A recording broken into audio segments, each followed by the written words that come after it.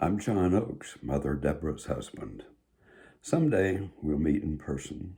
Then, if it's okay with your adults, please call me John. Mr. John is okay too. This is the first week of Easter. The week's gospel is from Mark, and it's the resurrection story of Jesus. It was morning, 3 days after Jesus had been crucified on a cross and buried in a tomb. The tomb, a very expensive one, had been carved out of the side of a stone mountain by a rich man, a follower of Jesus. He intended to use it for his own burial, but he wanted Jesus to have a nice place to be buried, so he donated his own tomb for the body of Jesus. A huge boulder or rock had been prepared to be placed in front of the tomb.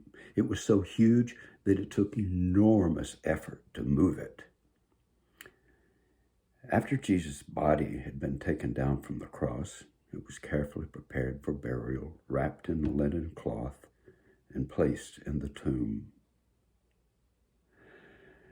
The sealing boulder was rolled into place, and the body of Jesus was thus sealed into the tomb. And so, on this, the first Easter morning, 3 days after the body of Jesus had been sealed in the stone tomb, 3 women went to the tomb to complete a burial custom. The custom at the time was to put spices and sweet-smelling oils on the body to cover up the smell of death. On the way to the tomb of Jesus, the women wondered who they could get to move the heavy sealing stone for them.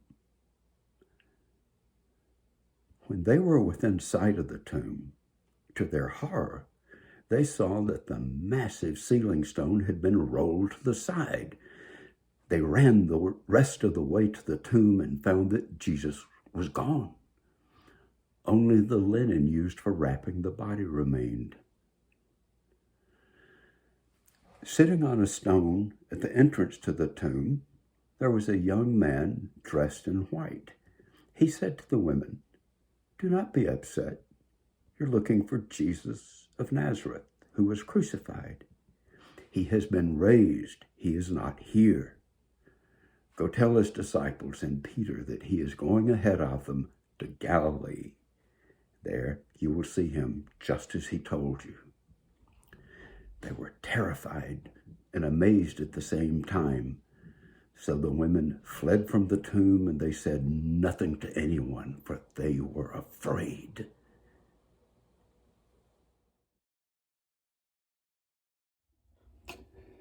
Well, for this week's project, we're going to do something that represents Jesus being put in the tomb. So we're going to use for this a container. I'm going to put some water in it, and then some regular kitchen soap. I'm going to whip it up and make suds with that, and then do something with some of the suds. And I'm going to put the suds on a piece of wood here that would represent Jesus on the cross, and then that's going to become part of the tomb. Then I'm going to use this coffee cup, a coffee cup that was made in a manner similar to a lot of the pottery back in the time of Jesus. So those are the things we're going to use. Start off with water in the container. Now you may need some adult supervision for this. I would recommend that you discuss this with an adult first. So I'm going to run water in here. You don't need to see that. You know what water looks like going into a container.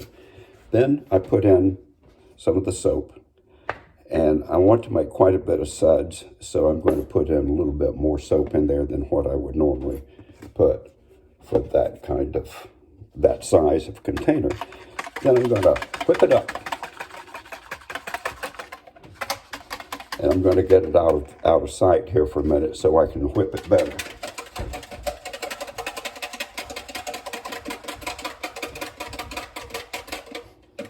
Don't worry, I'm not going to waste the soap. I'll use it for dishwater.